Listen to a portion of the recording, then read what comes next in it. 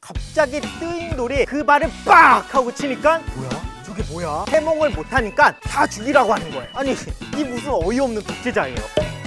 안녕하십니까. 성경에서 벌어진 그 일이 나한테도 일어난다면 이라는 주제로 성경을 보고 나를 돌아보는 만약 지금이라면의 강태영입니다. 우리 성공한 기업이나 유명한 패션 브랜드 보면은 처음부터 잘 나갔거나 그 후에 잘 나갔어도 어찌되었든 한 번은 휘청거리기 마련이잖아요. 뭐 잘못된 투자를 했다거나 아니면 내부에서 경영 문제로 다툰다거나 여러 사정으로 인해 휘청거리다가 나중에 경영권을 넘겨받은 사람이 아주 획기적인 방법으로 다시 살리는 경우가 많은데요. 고대 도시 중에도 그런 도시가 있었습니다. 처음에는 무난하게 출발했는데 파괴되었다가 재건했다가 또 잘 나가다가 다시 휘청거렸다가 다시 잘 나갔던 나라, 그리고 그 나라를 이끌었던 왕이 있었는데요. 바로 오늘의 주인공 바벨론의 느부갓네살 2세입니다. 우선 이 바벨론은 처음에 도시로 세워졌다가 나중에 아카드의 사르곤 대왕이 그 근처 도시와 나라들을 다 점령할 때 이 바벨론 또한 점령당했었어요. 그리고 바벨론 도시를 수도로 삼고 나라 이름을 만들었는데요. 그 나라가 바로 바빌로니아였습니다. 그리고 그 후에 황금 시대를 연 것이 바벨론 1왕조의 6대 왕인 함무라비 왕이었는데요. 이 왕은 지금 프랑스 루브르 박물관에 소장되어 있는 함무라비 법정으로 유명한 왕이죠. 그렇게 잘 나가다가 다음 7대 왕인 삼수일루나 왕 때 나라에 내전이 일어나면서 나라 안팎으로 분위기가 뒤숭숭해지고 나라가 점점 쇠약해지다가 히타이트인들로 인해 멸망당하게 되고 그 틈을 타서 카사이트인들이 이 바벨론을 점령하게 됩니다. 이렇게 바빌로니아 제국은 멸망당했어도 그 수도였던 바벨론은 도시로서 유지되고 있었습니다. 그리고 시간이 한참 흘러서 느부갓네살 1세가 이 바벨론을 독립국가로 만들고 나부폴리사르가 완전히 이 바벨론을 쟁탈하고 그 아들이었던 느부갓네살 2세가 신바빌로니아 제국을 다시 한번 황금시대로 이끌게 됩니다. 그리고 이때가 바로 바벨론이 남유다를 멸망시켰던 시기였습니다. 당시 남유다를 3차에 걸쳐서 침공하고 포로들을 잡아왔는데요. 이때 여러 선지자가 있었지만 그 중에서도 1차 침공 때 포로로 잡혀왔던 선지자가 바로 다니엘 선지자였습니다. 이 다니엘 선지자는 소위 말하는 엘리트였는데요. 왕이 환관장인 아스부나스한테 유다 사람 중에 왕족, 귀족의 몇 사람, 즉 흠이 없고 아름다우며 재주나 지식이나 학문이 뛰어난 자들을 데려와서 갈대아 사람의 학문과 방언을 가르치게 하는데요. 그 한마디로 얘기해서 얼굴부터 지식까지 모든 걸 갖춘 엘리트 중에 엘리트를 선발해서 가르쳐라 라고 한 거죠. 이때 환관장이 그것을 듣고 그렇다면 3년 동안 가르쳐서 왕에게 보내야겠다 하고 선별된 사람이 바로 다니엘과 그 세 친구였고 와서 이름까지 바꾸게 하는데요. 다니엘은 벨드사살이라 하고 하나냐는 사드락, 미사엘은 메삭, 아사랴는 아벳느고라고 고쳤는데 이것은 우리 일제강점기 때 한국의 엘리트를 뽑아다가 상시 개명시켜서 일을 하게 했던 거랑 비슷하죠. 그리고 이 사람들은 왕이 직접 지정해준 진미와 포도주를 마시게 하니까 다니엘과 그 세 친구는 하나님을 섬기다 보니 이방왕이 지정해준 음식을 먹는 건 자기를 더럽히는 것이다 하면서 안 먹고 채소를 먹겠다고 하는 거예요. 그러니 이 환관장이 안 된다 한 거죠. 왜냐하면 채소만 먹이면은 겉보기에 안 좋을 수가 있으니까 안 된다 했는데 이 다니엘이 그렇다면 열흘 동안만 테스트해보고 그 결과를 봐주십시오 라고 했는데 정말 열흘 후에 보니까 다른 사람들보다 더 아름답고 얼굴이 윤택해져서 보기가 더 좋아진 거예요. 그래서 앞으로도 채소를 먹으라 하면서 허락을 받게 되고 이때 하나님이 이 4명에게 특별한 능력을 주시는데요. 다른 사람들보다 10배나 더한 지식과 학문과 재주와 명철을 더해 주시고 또한 이상과 몽조를 깨달을 수 있게 능력을 주시는데 이 능력이 나중에 신의 한 수가 됩니다.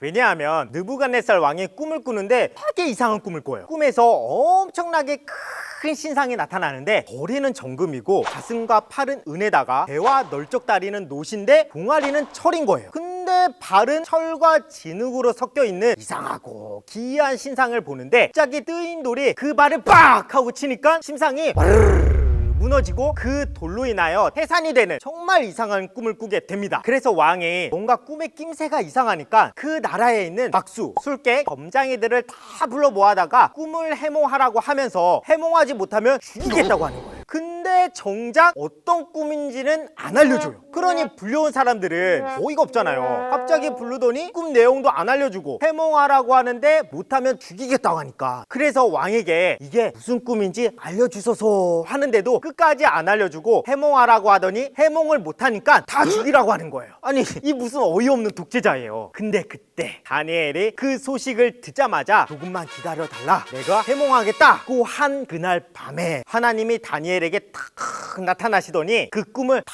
알려주신 거죠. 그리고 바로 왕에게 가서 그 꿈을 해몽해 주는데요. 그 꿈에서 나온 금으로 된 신상의 머리는 왕이고, 그 다음에 왕만 못한 다른 나라가 일어날 것이며, 다음 셋째로 녹 같은 나라가 온 세계를 다스리며, 넷째 나라는 철 같고 모든 물건을 부술 것이고, 그리고 발과 발가락은 나누어지고 부서지며 섞여 있는데 다른 인종이 섞여 있다. 그리고 마지막에 하늘에 하나님의 나라를 세우시는데 이 나라가 모든 나라를 쳐서 멸하고 망하지 않는 영원한 나라가 나타날 것이다 라고 해몽해 준 거죠. 근데 그 모든 것이 사실은 지금 일어날 것이 아니라 장래에 나타날 일이었던 거죠. 그것을 들은 왕이 자신이 꿈에 대해서 말해주지도 않았는데 정확하게 다 얘기하고 풀이까지 해주니까 이게 얼마나 신기해요. 그래서 다니엘에게 벌을 하면서 예물과 상품을 주며 하나님을 신중의 신이라고 인정하게 됩니다. 자, 그러면은 보통 이렇게 기적을 보면 진짜 하나님은 계시구나, 신중의 신이니까 나도 하나님을 믿어야겠다 라고 해야 되는데, 이 왕은 그거랑 반대로 꿈에서 본 그 신상을 실제로 진짜 만들어버려요. 그리고 나팔과 피리와 수금, 사명금, 양금, 생황 모든 악기의 소리가 날 때 이 신상한테 절을 하라고 한 거예요. 한마디로 우상을 세워놓고 숭배하라고 한 거죠. 그래서 하나님 모시고 있던 다니엘의 그 세 친구가 절을 안 했는데, 이때 갈대아 사람들이 왕한테 와서 참소를 하게 돼요. 되게 간사하게 했겠죠. 왕이시여, 다니엘의 그 세 친구가 왕을 섬기지 않고 신상한테도 절도 하지 않습니다. 이런 식으로 했겠죠. 근데 그것을 들은 왕이 폭발대발을 하면서 그 세 친구를 불러다가 왜 그랬느냐 하면서 당장이라도 풀무불에 던져야 하지만 지금이라도 절을 하겠다 하면은 내가 봐주겠다 라고 합니다. 그러면은 일단 목숨은 부지해야 되니까 그럼 지금이라도 절하겠나이다 라고 해야 되는데, 그러지 않고 되게 당당하게 우리를 풀무불에 던져도 하나님이 구원해 주실 것이고 그러하지 아니하실지언정 우리는 그 신상에나 왕의 신에게 절하지 않을 겁니다 라고 다 소신 발언합니다.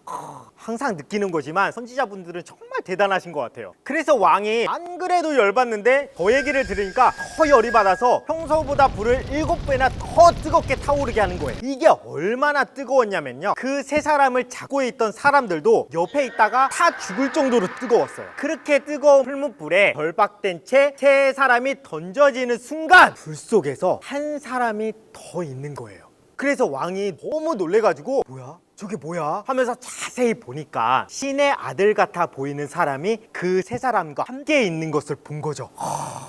그래서 왕이 불 앞에 가서 지극히 높으신 하나님의 종 세 사람은 나오라 라고 하니까 정말 아무 일도 없었다는 듯이 머리털도 그슬리지 않고 탄 냄새도 없이 멀쩡하게 나오게 됩니다. 그러니 이 왕이 이게 얼마나 놀라웠겠으며 그 기적이 얼마나 대단해 보였겠어요. 다니엘이 꿈 해몽한 것도 그렇고 이 세 사람이 불 속에서 그슬리지도 않고 나온 것도 그렇고 정말 엄청난 기적을 눈앞에서 체험한 거잖아요. 그러면 지금이라도 하나님을 믿고 섬겨야 되는데 그러지 않고 더 자신을 높이다가 결국에는 나중에 벌을 받게 됩니다. 그것을 왕이 두 번째로 꿈이 이루어지면서 벌을 받게 되는데요, 꿈에서 보니까 땅끝에서도 보일 정도로 하늘까지 닿는 나무가 나오는데 그 나무의 잎사귀는 아름답고 열매가 많으며 들짐승이 쉬고 해도 가지에 쉴 정도로 아주 큰 나무가 나옵니다. 근데 하늘에서 한 순찰자가 내려오더니 나무를 베고